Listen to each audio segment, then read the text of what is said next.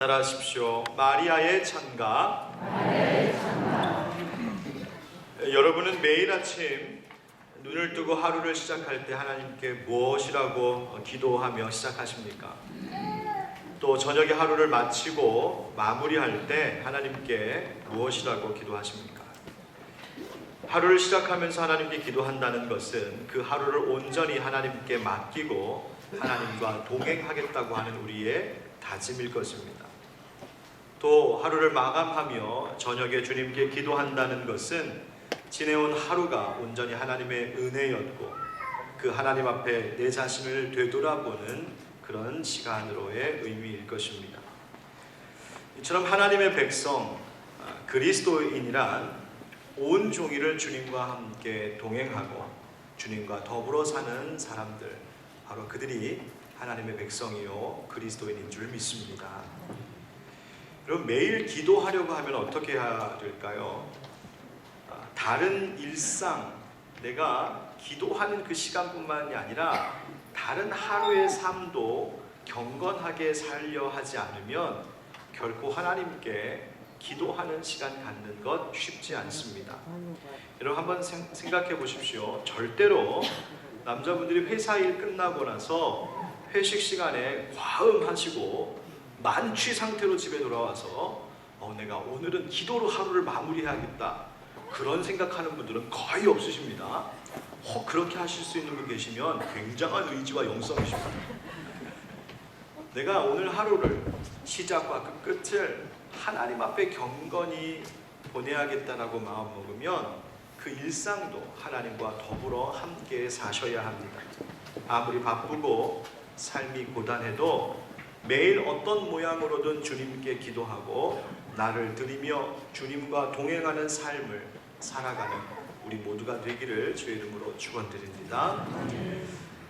옛 초대교회, 그러니까 약 4세기경의 그리스도인들은 매일 아침이 되고 매일 저녁이 되면 주님의 전에 나와 매일 하나님께 기도를 드렸습니다.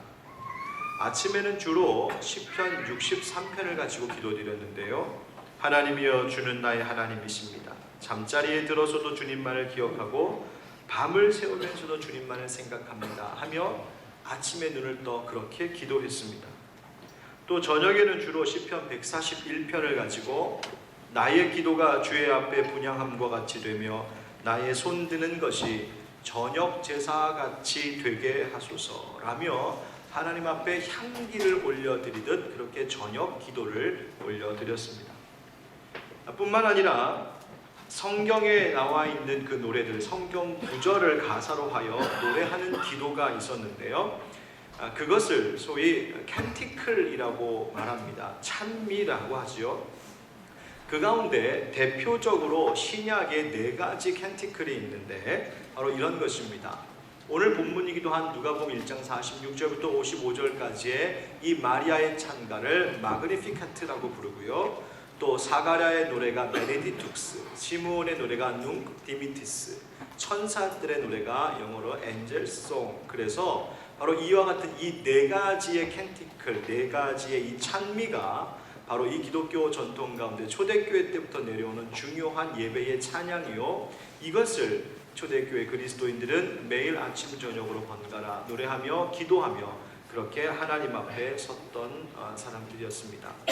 오늘까지도 교회 역사 속에서 다양한 곡조를 이 가사들에 붙이며 많이 불리는 귀한 노래들인데, 이 4가지의 찬미는 모두가 바로 예수님의 탄생과 관련된 노래들입니다. 여러분 한번 상상해 보십시오. 4세기 당시 그리스도인들의 삶이, 그 생활이 어떠했을까요? 평범하고 때로는 지루할 만큼 그렇게 일상이 늘 반복되었겠지만, 그들은 그 모든 삶을, 그들이 살아가는 삶의 이야기를 가지고 매일 아침마다 매일 저녁마다 주님 앞에 나와 엎드려 기도했습니다. 하나님, 내가 오늘 이렇게 살았습니다. 하나님, 내가 오늘 하루 이렇게 살아야 합니다. 하나님 앞에 늘 고백하며 매일을 주님 앞에 섰습니다. 하나님과 순간을 그렇게 동행하기를 원했습니다.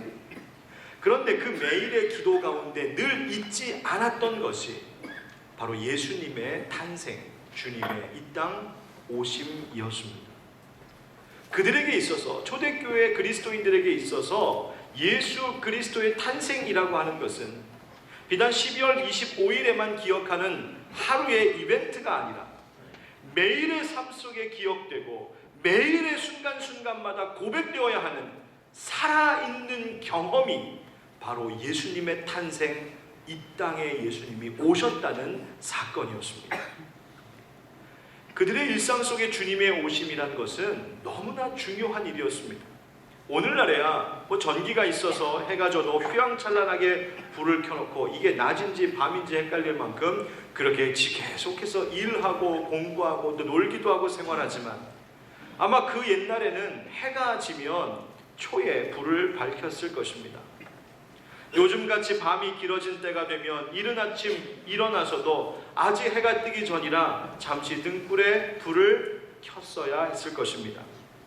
그들은 초에 불을 당기며 등불에 불을 밝히며 그 빛을 보면서 매일 아침 저녁으로 예수님을 생각했습니다. 어둠 속에 오신 예수님, 어둠으로 가득 찬 것과 같은 이 세상 가운데 빛으로 오신 주님을 그들은 매일 아침 매일 저녁마다 기도하며 생각했습니다. 요한복음 12장 46절에 예수님 말씀하셨죠. 나는 빛으로 세상에 왔나니 무릇 나를 믿는 자로 어둠에 거하지 않게 하려 함이로라. 빛으로 오신 주님, 세상의 모든 어두운 것들을 다 몰아내시고 밝은 빛 가운데 우리를 부르신 분, 그분이 하나님이셨습니다. 그런 고마우신 주님, 빛으로 나를 찾아오신 주님을 매일 일상 가운데 만나고 주님과 동행하는 바로 그들이 그리스도인들이었고, 오늘 주님은 우리에게도 그와 같은 모습을 원하시는 줄 믿습니다. 그렇다면 우리의 모든 어둠을 밝혀주시는 이 빛으로 오신 주님을 내 삶 속에 어떻게 모실 수 있을까? 초대교회 그리스도인들은 무엇을 고백하며 주님을 매일 아침 저녁으로 자신들의 일상 속에 모시며 그렇게 주님과 더불어 사는 삶을 살 수 있었을까요?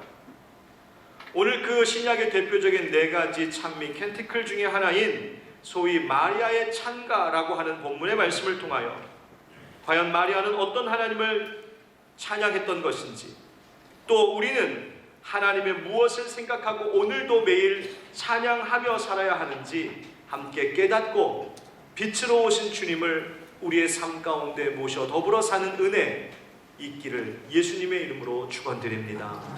한번 따라 하시죠. 돌보시는 하나님. 처녀의 몸으로 예수님을 잉태하게 된다는 이 기가 막힐 소식을 전해 들은 마리아, 도무지 납득할 수 없고 이 일이 밝혀지면 분명 사람들에게 돌에 맞아 죽을 수도 있다라고 하는 이 위험한 일에 대하여 마리아는 이렇게 고백했었습니다. 주의 여종이오니 말씀대로 내게 이루어지이다. 다른 성경의 번역을 보면 이 몸은 주의 종이오니 말씀대로 이루어질 것이다, 이렇게 번역했습니다. 즉 가브리엘 천사가 이제 네 처녀의 몸에서 성령으로 예수를 잉태하게 될 것이라는 소식을 듣고는 그 마리아가 고백한 것은 그렇습니다. 내 몸은 내 것이 아니니, 내 인생은 나의 것이 아니니 주님의 뜻대로 될 줄 믿습니다. 하나님의 말씀대로 될 줄 믿습니다라고 그 위대한 고백을 남겼던 것이죠. 그런데 여러분 한번 생각해 보세요. 가브리엘 천사가 앞에 있어서 그 천사가 자기에게 하는 이야기를 듣고 예, 그렇게 될 것입니다 라고 받아들였지만, 이 고백이 있은 후에 천사는 떠났고 홀로 남겨진 마리아, 과연 무슨 생각하기 시작했을까요? 천사 앞에서는 내가 그렇게 될 줄 믿습니다 라고 믿음으로 고백했지만, 순종하는 마음으로 고백했겠지만, 처녀가 아이를 잉태하는 이 일은 마리아에게 현실의 문제였습니다. 믿음으로 고백했지만 그 후로 얼마나 수많은 상념 가운데 빠져들었겠습니까? 사람들이 이 사실을 알면 나에게 뭐라고 할까? 얼마나 사람들이 나를 보며 수군거릴까? 얼마나 나를 비난할까? 아마 어쩌면 나를 잡아다가 가늠한 여인이라고 돌로 쳐 죽일지도 모르는데, 아니 다른 사람들은 다 그렇게 생각한다 할지라도 내가 약혼한 내 사랑하는 요셉, 그이에게는 뭐라고 말할 수 있을까? 나를 지금까지 키워준 부모님에게는 뭐라고 말하지? 우리 엄마 아빠에게 이 딸이 성령으로 아이를 잉태하게 되었다고 말하면 우리 엄마 아빠가 믿으실까? 아마 이 어린 소녀의 마음속에 얼마나 많은 생각들이 그 순간 오고 갔겠습니까?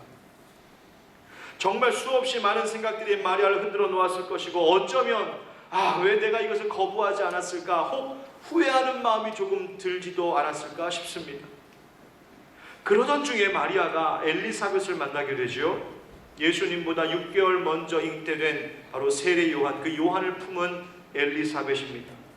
엘리사벳과 마리아가 만나게 되고, 그 자리에서 마리아는 이 모든 일이 정말 하나님께서, 성령님께서 하고 계신 일이라는 것을 확신하게 됩니다.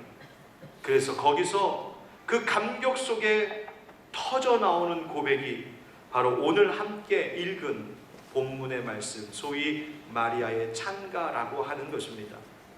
그 가운데 오늘 우리 46절부터 48절 말씀을 같이 읽어보겠습니다. 시작. 마리아가 이르되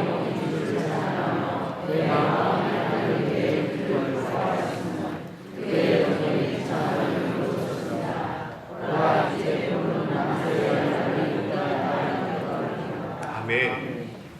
마리아가 기쁨으로 주님을 찬양했습니다. 여기서 찬양한다라고 하는 이 단어는 높이다, 영광스럽게 하다, 크게 높여드리다, 그런 뜻을 가지고 있습니다. 그러니까 그 형식적으로 내가 주님 찬양합니다, 그런 것이 아니라 정말 온 마음을 다하여 자신의 전부를 들여 내가 하나님을 높여드립니다 라고 하여 쓰인 단어가 여기서 내 영혼이 주를 찬양합니다 라는 말입니다. 뿐만 아니라 그냥 찬양이 아니라 47절에 내 마음이 하나님 내 구주를 기뻐한다고 말하지요. 여기서의 기뻐한다는 말은 그냥 좋다, 즐겁다, 기쁘다 이런 이야기가 아니고요, 하늘로 치솟아 오를 만큼 큰 기쁨이 내게 있습니다, 그 기쁨으로 주님을 찬송합니다, 이런 뜻입니다. 처녀가 아이를 잉태하게 되었는데 도대체 뭐가 그렇게 기뻤을까요? 무엇으로 하여금 이 마리아에게 현실의 그 심각한 모든 문제가 눈에 들어오지 않을 만큼 주님을 향하여 나는 오히려 기쁩니다, 내가 주님을 찬양합니다 라고 말하도록 했던 그 무엇이 도대체 어떤 것이었길래 마리아는 이처럼 찬양하는 삶을 살 수 있었을까? 바로 이 깨달음 때문이었습니다.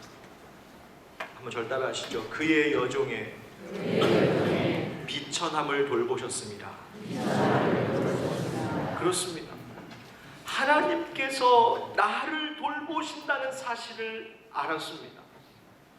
저 높은 곳에 계신 그 하나님께서, 모든 천지 만물을 지으신 창조주이신 그 하나님께서, 세상의 그 어떤 권세들과는 비교도 안 되는 크고 위대하신 하나님께서 감히 그 앞에 서면 나는 한낱 먼지와 티끌과 같이 작은 존재일 수밖에 없는 그런 나를 향하여 그 크신 하나님께서 나를 굽어 살펴보시고 아무 힘없는 이 여인, 이 비천한 여인을 찾아와 돌봐주신다는 이 사실 때문에 이 마리아는 감격하며 기쁨으로 하나님께 찬송을 올려드렸습니다.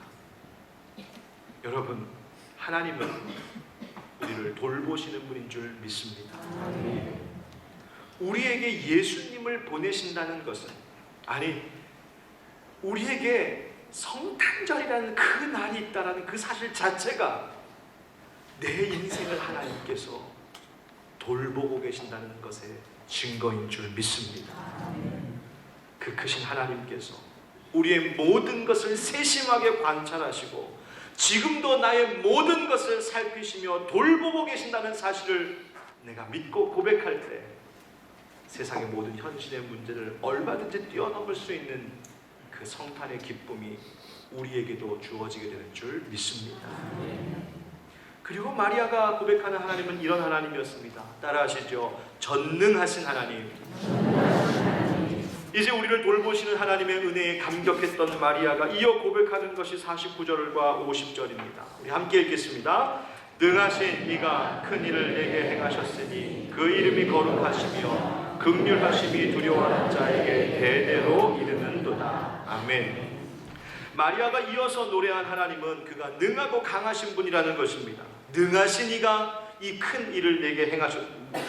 남자를 알지 못하는 처녀가 아이를 낳게 된다는 것에 마리아 역시 이 일이 어찌 있을 수 있습니까? 당황했지만 기적이라고밖에 말할 수 없는 이 일이 자신에게서 일어나는 것을 보며 그렇구나, 하나님은 우리의 생각과 우리의 방법을 뛰어넘는 능하신 하나님이시구나 깨달으며 고백한 것입니다. 2차 세계대전이 일어나기 직전에 중국의 영국에서 온 영국 여자 선교사님이 계셨습니다. 글래디스 에일워드라고 하는 선교사님이었는데요.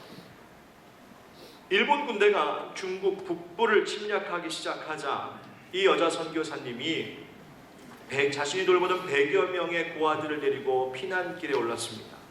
여러분 한번 생각해 보세요. 여인이 그 당시에 100명의 고아들을 데리고 피난한다? 저는 제가 우리 애들 3명만 데리고 어딜 가도 정신이 하나도 없는데 고아들 100명을 데리고 피난길에 올랐습니다. 지칠 대로 지치고 그 두려움은 또 얼마나 컸겠습니까? 산속으로 고아들을 데리고 들어갔습니다. 여전히 이 선교사님은 그 마음속에 불안감으로 가득했습니다. 안전하게 이 아이들을 지켜낼 수 없을 것 같았습니다. 뜬 눈으로 밤을 새우고 있는데 13살짜리 한 여자아이가 선교사님에게 다가와 이렇게 말합니다. 선교사님이 들려줬던 모세 이야기 있잖아요.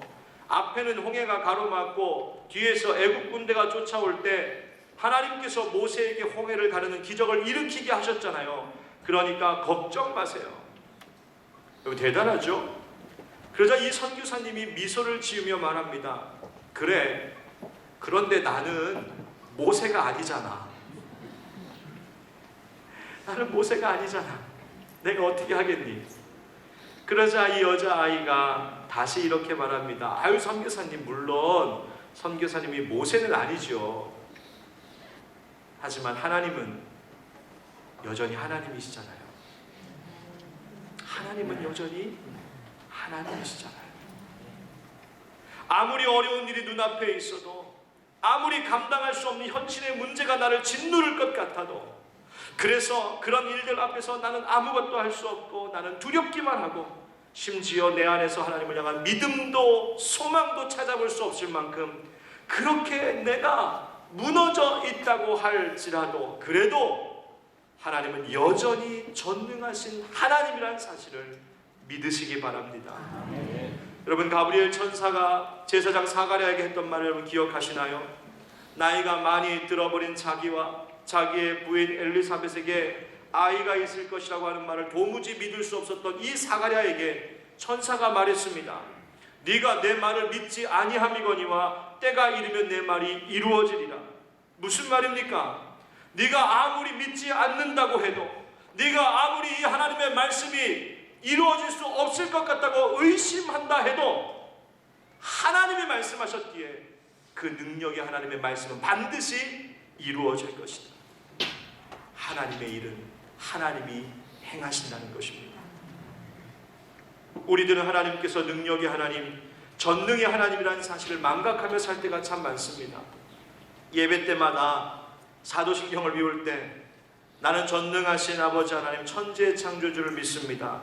늘 고백하면서도 정작 그 능하심에 대한 확신 없이 우리가 살고 있지는 않은지 돌아보아야 합니다. 우리는 무지해서 깨닫지 못해도, 믿음이 없어 온전히 믿지 못해도, 우리에게는 힘이 없어 소망이 없다고 할지라도, 그러나 하나님은 능치 못할 일이 없으신 전능하신 하나님이신 줄 믿습니다. 이 사실을 세상 누구도 부인할 수 없는 것이죠. 아무리 무신론자들이 하나님은 없다, 하나님이라는 것은 인간들이 만들어낸 존재다 라고 외친다 한들, 분명히 살아계신 하나님께서 없어질 수 없고 여전히 하나님은 살아계신 것처럼 그분의 능력도 언제나 전능하심으로 우리 가운데 임하게 되는 것인 줄 믿습니다.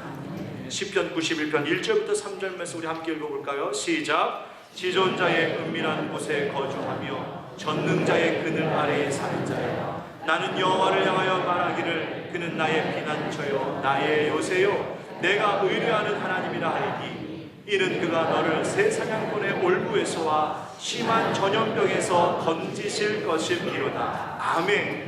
전능자의 그늘 아래에 사는 자요. 나는 무능하고 나는 무지하고 나는 어리석고 나는 연약해도 나를 돌보시는 하나님은 전능하십니다. 하나님은 여전히 하나님이십니다.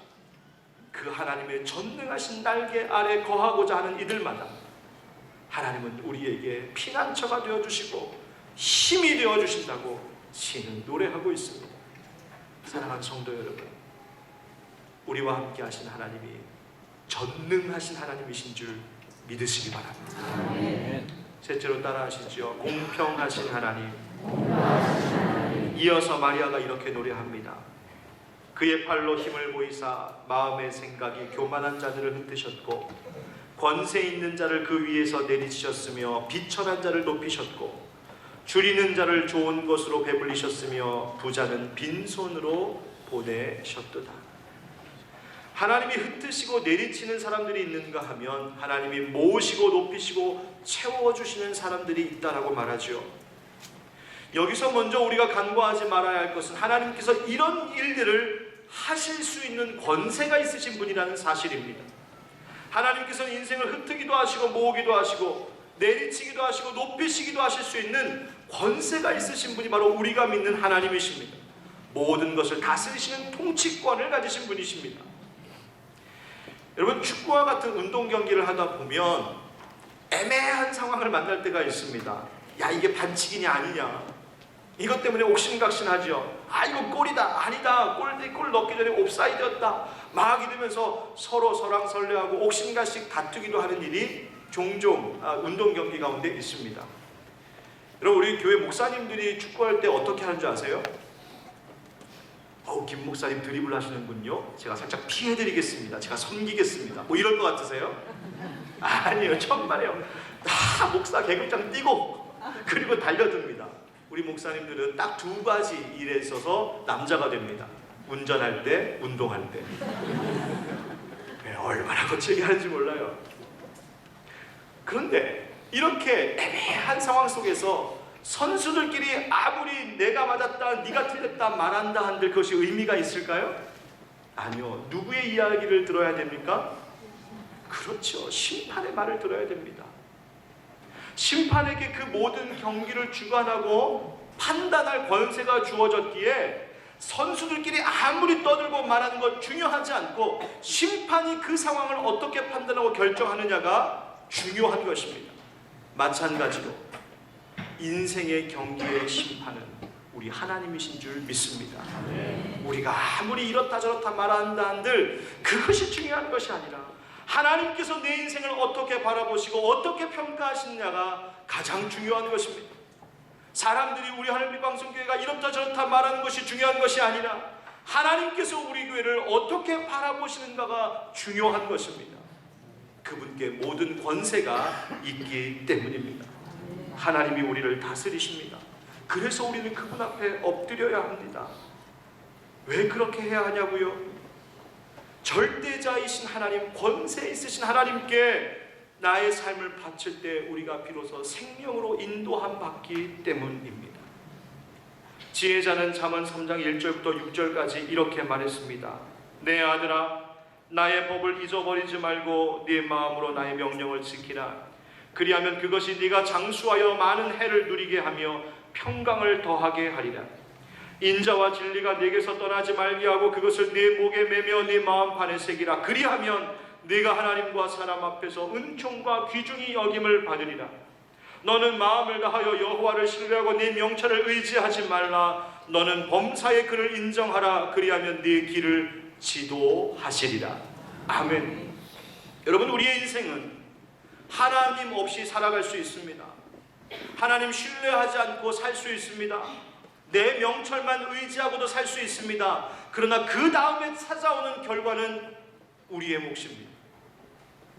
하나님은 내 자신이 아닌 하나님께 모든 것을 맡기며 하나님이 나를 다스리시는 분이라는 것을 고백하며 살면, 하나님을 의지하고 하나님을 의뢰하며 살면, 그리하면 이 세상 가운데 생명 주시겠다고, 은총과 귀중히 여김을 받게 하시겠다고, 너의 인생길을 내가 직접 지도하겠다고 약속하셨습니다. 하나님이 우리의 권세자임을, 우리의 심판자이심을 믿으시는 여러분들에게 주의 이름으로 축원합니다. 그 심판주이신 하나님께서 어떤 일을 낮추고 어떤 일을 높이신다고 말합니까? 교만한 자, 세상 권세로 자랑하는 자, 가진 것이 많은 것을 자랑으로 여기는 자들 오히려 흩으시고 낮추신다고 말합니다. 대신 비천한 자, 줄이는 자를 높이시고 먹이시는 분이라고 말씀하시지요. 마리아가 지금 노래하고 있는 이 하나님을 한마디로 표현하면 우리의 하나님은 공평하신 하나님이십니다. 하나님을 대적하고 하나님 두려워할 줄 모르는 자들에게 하나님은 언제나 그들을 흩으시고 내리치시는 심판의 하나님으로 다가오지만, 세상의 힘과 세상의 부를 자랑하지 않고 세상의 것이 나를 지켜준다고 생각하지 않고 오직 하나님이 나를 지키신다고 믿는 자들에게 우리 하나님은 우리를 높이시고 채워주시고 보살펴주시는 공평하신 하나님이신 줄 믿습니다. 한국 최고의 지성이라고 여김받으시는 그 이어령 박사, 그의 딸이자 이어령 박사를 하나님을 믿는 그리스도인으로 인도한 그분의 딸 이민아 목사님, 그가 생전에 간증했던 것을 잠시 들은 적이 있습니다. 그분이 간증했던 내용 가운데 제게 인상적으로 남아있는 것이 있어서 정리해서 여러분께 읽어드리려고 합니다. 하나님이 어느 때는 참 두렵습니다. 그리고 내 말을 잘 안 들으십니다. 어느 때는 하나님을 내 마음대로 했으면 좋겠는데 내가 오라고 할 때 오시고 가라고 할 때 가시고, 그리고 병 고쳐달라고 하면 고쳐주시고, 이제는 필요 없으니까 나 혼자 해도 됩니다 그러면 좀 비켜주시고 그랬으면 참 좋겠는데 하나님은 그런 존재가 아니십니다. 하나님은 우리를 사랑하시는 분이시고 우리에게 모든 것을 주고 싶어 하시는 아버지이시지만 동시에 그분은 우리를 다스리러 오신 분이십니다. 그래서 다스림을 받는 것이 어려운 사람들, 자기 자신이 자기 인생의 가장 최종 결정권자라고 생각하는 사람들에게는 하나님께 자기의 인생을 모두 드리는 것이 너무나 힘든 일입니다. 그래서 그런 사람들은 하나님을 믿지 않고 기독교라는 종교 생활을 할 뿐입니다. 그러면서 이 목사님이 이렇게 말하십니다. 하지만 하나님은 내 것이 하나도 없을 때, 내 것이 하나도 없다고 고백할 때 나를 찾아오시는 분이십니다. 내 것이 아무것도 없다고 고백할 때, 이 몸뚱아리도 내 것이 아니요, 내게 있는 시간도 내 것이 아니요, 물질도 내 것이 아니요, 내 사랑하는 자녀, 내 가정, 내 일터, 내 모든 것이 다 내 것이 아니라고. 하나님, 나는 비천한 자입니다. 나는 가진 것이 없는 자입니다. 나는 아무것도 아닙니다. 나는 무능력하고 무지한 자입니다. 하나님 앞에 엎드리고 고백할 때 비로소 하나님은 그 낮은 자에게 찾아와 주시는 하나님이라고 그분 그렇게 고백했습니다. 그래서 마리아는 그녀의 노래의 마지막을 이렇게 고백합니다. 우리 54절 55절 같이 읽겠습니다. 시작. 그 종 이스라엘을 도우사 긍휼히 여기시고 기억하시되 우리 조상에게 말씀하신 것과 같이 아브라함과 그 자손에게 영원히 하시리로다 하니라. 아멘. 마리아의 찬가의 결론은 세 가지입니다. 우리를 도와주십시오. 우리를 긍휼히 여겨주십시오. 우리를 기억하여 주십시오. 그래서 그 주의 말씀이 우리 가운데 이루어지게 하여 주옵소서. 이것이 우리 인생의 최종 고백이 되어야 할 줄 믿습니다.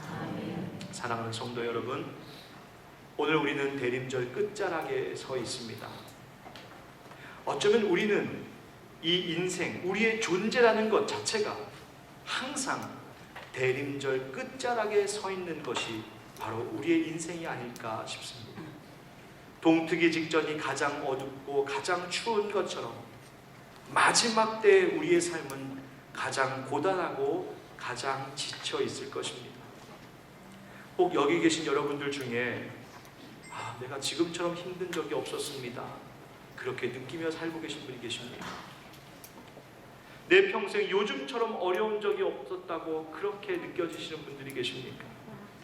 정말 아무도 나를 도와주는 사람이 없고 아무것도 나는 할 수 없고 나는 아무 힘도 이젠 없다고 절망하고 계신 분 계십니까?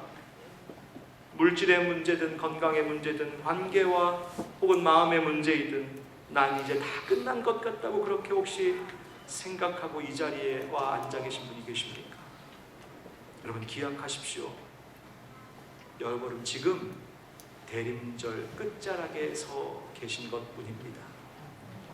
모든 것이 끝난 것이 아니라 대림절이 끝나면 성탄의 기쁨이 있듯이 우리의 인생의 은혜를 향한 기다림 가운데 서 있는 대림절 끝자락이라고 늘 여기며 살면 우리 앞에는 늘 성탄의 기쁨이 예비되어 있다는 사실을 기억하게 될 줄 믿습니다.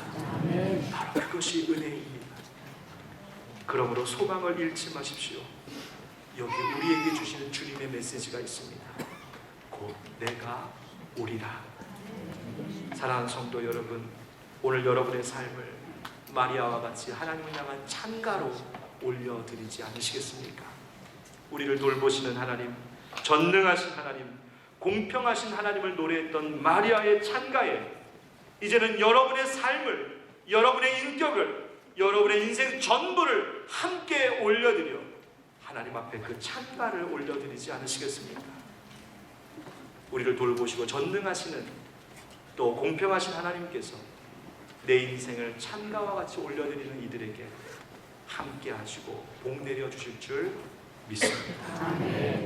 우리가 잘 아는 송명희 시인이 어쩌면 찬가와 같이 이 시를 지어 부르게 했는지 모르겠습니다. 우리가 잘 아는 찬양인데요, 나 가진 재물 없으니. 우리 함께 찬양하도록 하겠습니다.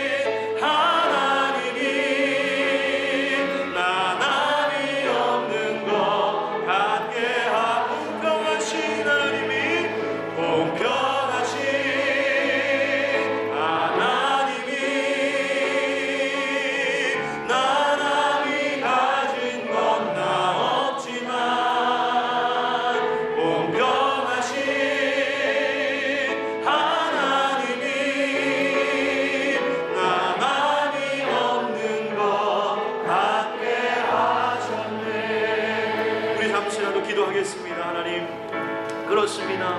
나는 가진 것 없고 비천한 자입니다. 그러나 하나님은 우리의 비천한 자를 돌보시는 분, 전능하신 하나님이심을 고백합니다. 주님 우리를 돌보심을 믿습니다. 우리 함께 이 시간 잠시 기도하겠습니다. 은혜로우신 아버지, 우리의 부족함을 용서해 주옵소서.